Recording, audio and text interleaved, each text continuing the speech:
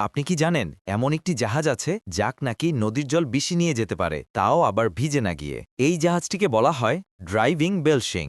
এটি এমনভাবে কাজ করে যেন আপনি গ্লাস বা কাউকে জলে উল্টো করে ডুবিয়ে দিচ্ছেন, কিন্তু এতে একটু অতিরিক্ত জটিলতা যুক্তি থাকে। এই জাহাজের ভিতরে অক্সিজেন পাম্প করা হয় এবং অতিরিক্ত চাপ তৈরি করা হয়। পরে যেটুকু যার ভিতরে থাকে তা চোখের কারণে বাইরে বের হয়ে যায়। তখন ভিতরে তৈরি হয় একদম শুকনো নদীর তলদেশ। এখানে আপনি হাঁটতে পারেন কোনো ড্রাইভিং স্যুট ছাড়াই।